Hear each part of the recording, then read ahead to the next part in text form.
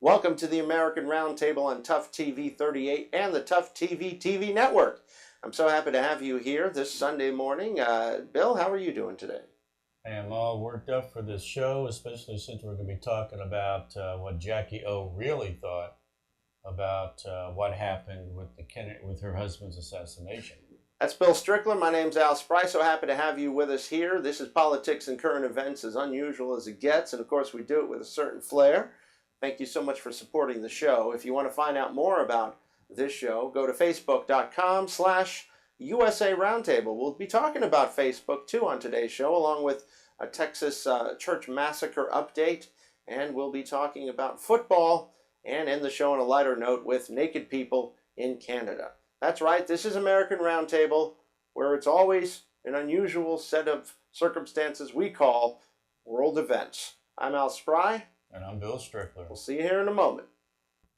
Welcome back to the American Roundtable. Bill, of course, is an update on a very sad story that we had recently, a Texas massacre in Sutherland Springs, Texas, just outside of San Antonio. Some 26 people killed by a madman who decided to shoot up a church.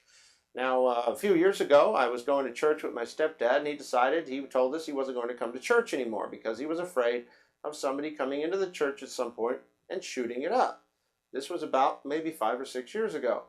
At the time, I thought maybe he was either joking or maybe he just was taking things a little out of proportion. However, he turns out to be right in this day and age. And you have to worry when you go to church about somebody coming in the back of the church and blowing people away. Of course, this is something to be said for our society as a whole. What have we come to? But here are some updates for you. Well, we have the shooter. His name is Devin Kelley. He was released from the Air Force, but he was dishonorably discharged. He was never supposed to carry a gun again. And yet here he is, and he is able to purchase a gun legally, several guns as a matter of fact, some high-powered rifles and assault weapons, and go into a church and start mowing down people as they're singing hymns to Jesus. So your take on all of this? Well, usually when I see something like this on the news networks, I think, first of all, mental problems. What kind of mental problems does this guy have that he would do it in the first place? Yes. And I think Trump brought that up, that it's a mental health issue. So that comes across my mind, a terrorist attack like what happened in New York City. Guy didn't have a gun. He had a rented pickup truck. So all these things about guns being the cause of all this, no, it's people that are making the decisions to do it. Well, obviously the victims can sue the United States for negligence, for allowing Mr. Devin Kelley to obtain weapons after he was barred from doing so. So we'll be seeing some of those lawsuits, I'm sure. Also, this person had an encrypted phone. They are unable to crack the encryption to open it. The FBI will try to gain access on its own. But of course, this development is likely to open, of course, ideas on how much should the government be able to get into our phones? What happens? How do you protect privacy? So this, take a look and you'll see stories coming up about that issue. And also, Snopes, this thing called Snopes.com is trying to keep up with what it calls an avalanche of false reports in the wake of the shooting. The site debunks a few in circulation, including one that Kelley was an atheist on the Democratic National Committee payroll. Well, we will keep you up to date with this sad story. Our prayers go out to the families of the victims, and we hope that nothing like this ever occurs again. This is American Roundtable. We'll be back with more in a moment. Welcome back to American Roundtable. So let's talk about the effect that the social media and Facebook are having on people, especially our young kids. So Al, tell us a little bit what's been going on here.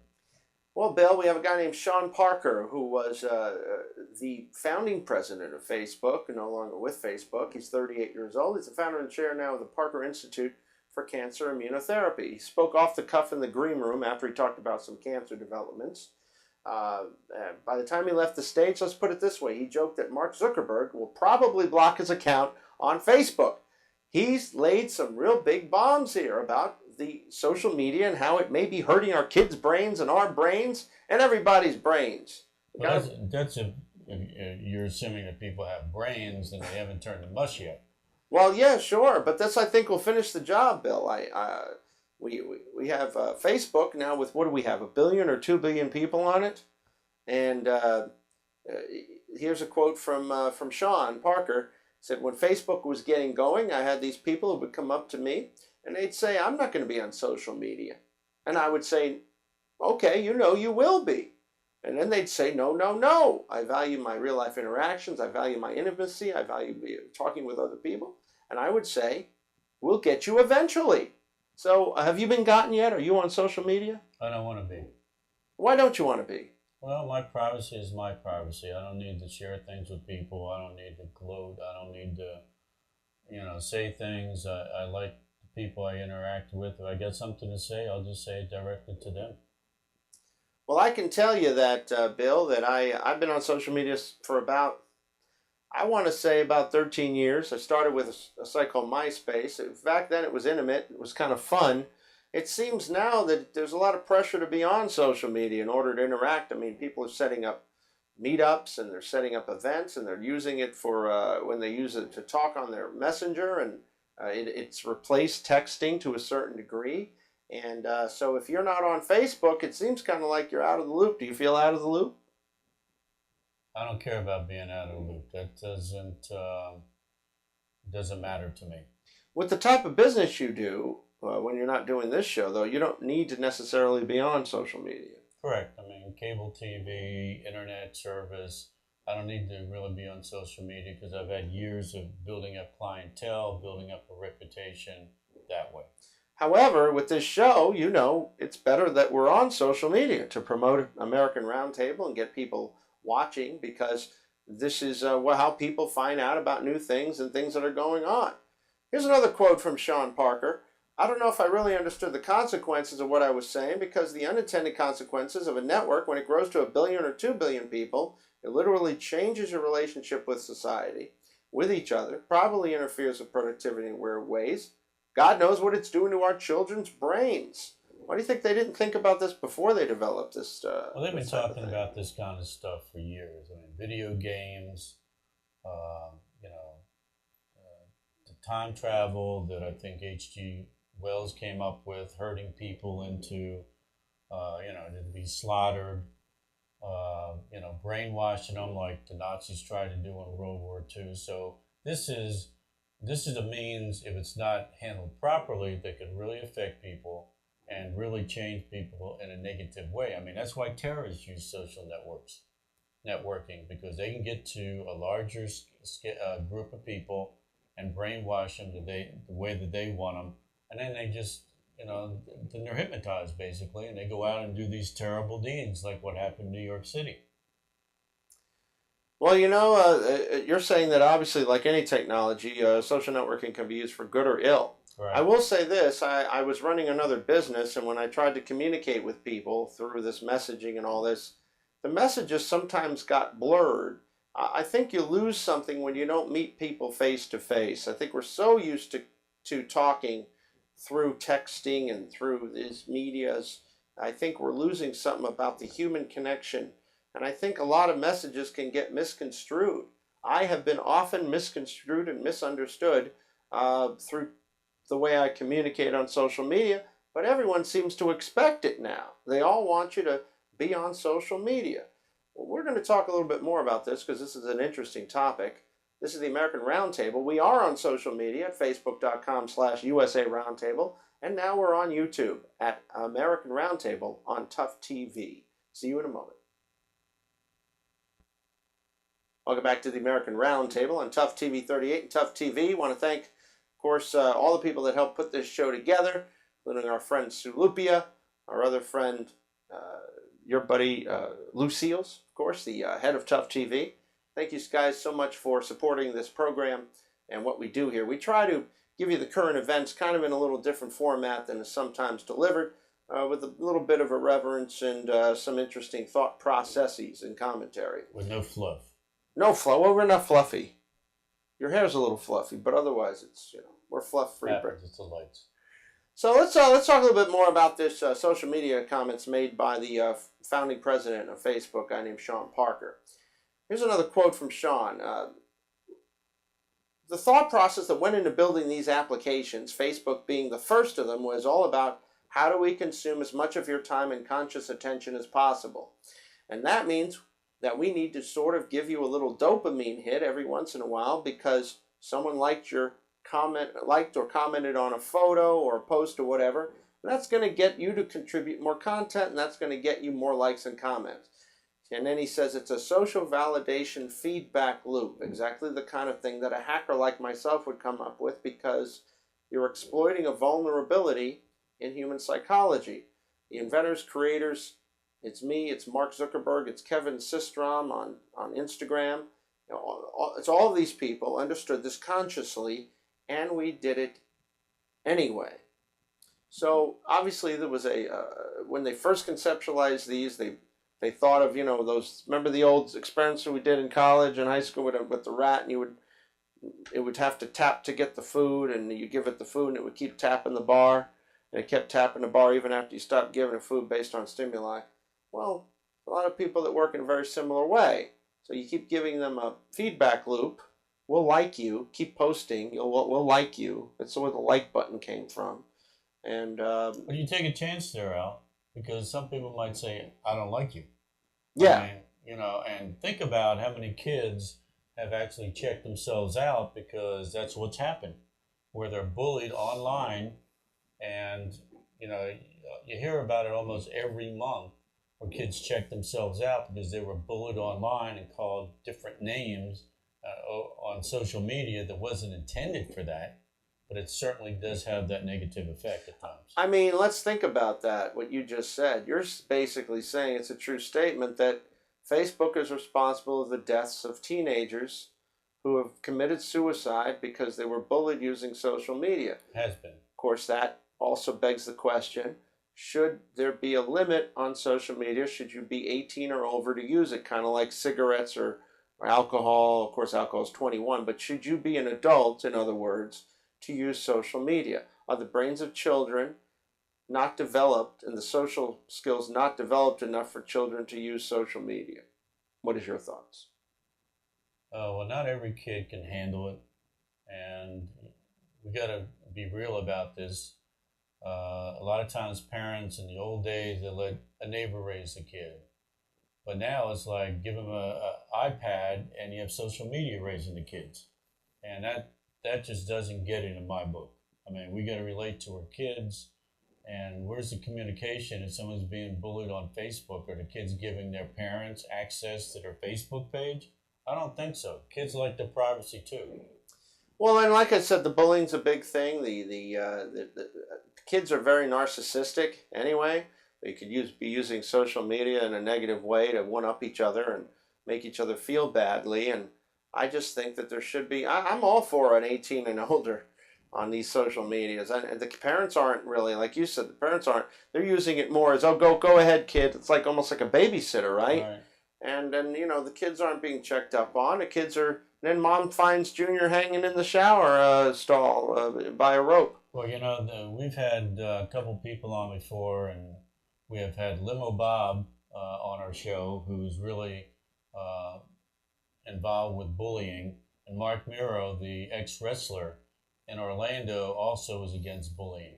So if anybody out there is watching and they have bullying problems, then I would definitely suggest looking up both these guys because they really put their time into it and they spend their own money to help kids. This is the American Roundtable on Tough TV 38. Tough TV will also be having what we call we're going to be doing some Facebook Live stuff shortly with you.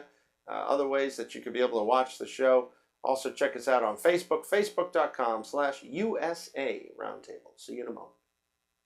Welcome back to the American Roundtable, and let's give you a Cuba update now, kind of switch gears a little bit from what we were talking about with social media. Bill, it seems that the Cuba policy keeps changing. It's changing more than some people change their underwear. You can't even tell from one time to another what's going on in Cuba. I have a friend, and she does Cuba tours, and I think she must be pulling her hair out to the point where she looks probably like Sinead O'Connor, if you remember who that was. But right now we have the latest from the White House, who is just, I guess they seem to be on a kick to undo everything that Obama did. And one of these things is blocking Americans from Cuban hotels and shops. Let's just update you on what's going on. If in case you decide you want to take a trip to Cuba, some things have changed. Americans who now visit the island of Cuba must now avoid hotels, shops, tour companies, and other businesses on a lengthy list released recently by the Trump administration as part of a new policy aimed at cracking down on the communist-run island's government. It seems that we still got this hate affair with Cuba, even though at the same time we do business with the Chi-Coms, who are the Chinese communists. They're okay, though. The AP reports U.S. travelers will once again be required to go as part of organized tour groups run by U.S. companies, and a representative of the sponsoring group must accompany the travelers. So this will kind of cut out all that those cruise ship travel that people were doing. I guess they won't be able to do that for the time being. So return to the stricter rules that existed before President Obama and Cuban President Raul Castro restored diplomatic relations 2 years ago. Your take, Bill. Well, I really don't want to think that we have a lobbyist group of toured people that are offended or they don't get any money off the cruise ships. I mean, you just never know. But to me, to cut back when you're already in the door in Cuba is a mistake. Unless there's some health issues going on, then about not letting people go. And I know that the Cuban people that came over here in the late 60s or early 60s when Castro took over, that there might be some pressure being put on someplace, but if you want to influence people about the American way, then they need a taste of the American way. If you want to open up a McDonald's there or a Subway, then open it up and let them see what the real world is about. I mean, those companies are in China. So, if you're going to change people's minds, then you got to do it correctly. And just saying, you're going to be Americans and think like Americans, that's not going to work here or in Korea. Bill, you're completely correct. I couldn't agree more. I think once you open the door, you need to keep it open and grow democracy in Cuba from tourists. This is American Roundtable. We'll see you back here for some final thoughts after this. Welcome back. This is Bill Strickler. This is Al Spry. And we're going to be talking about one of my favorite subjects today, the JFK assassination. So, Al, Jackie's going to have some of her tapes released that her daughter is actually going to made a deal, I think, with the BBC or ABC to have the tapes broadcast. And what's unusual about it is even though there were thousands of documents released here in the last month or so by the U.S. government, they didn't have any control over this. And two of our friends, Roger Stone and Jesse the Body Ventura, they both said the same person did it to Jackie Sang. Yeah, and that's Lyndon Baines Johnson, the President of the United States, who took over after Kennedy's assassination. According to some of these tapes, which were recorded some 6 months after the assassination back in 1963, with leading historian Arthur Schlesinger Jr., basically they've been sealed in a vault for some 50 plus years. She didn't want them released, Jackie, until 50 years after her death. She died back in 1999, I believe, and her daughter, who is, of course, her daughter along with President Kennedy, Caroline, decides that she's going to do a deal with ABC to release these tapes in order to stop ABC from releasing a docudrama series starring Tom Cruise about JFK and Jackie O. So it's kind of like almost like, here, take the tapes, just don't put out the BS docudrama. So some of the things are that Kennedy thought LBJ did it, which is very interesting because she had to stand next to Johnson in her bloody suit while he was taking the oath of office right after the assassination.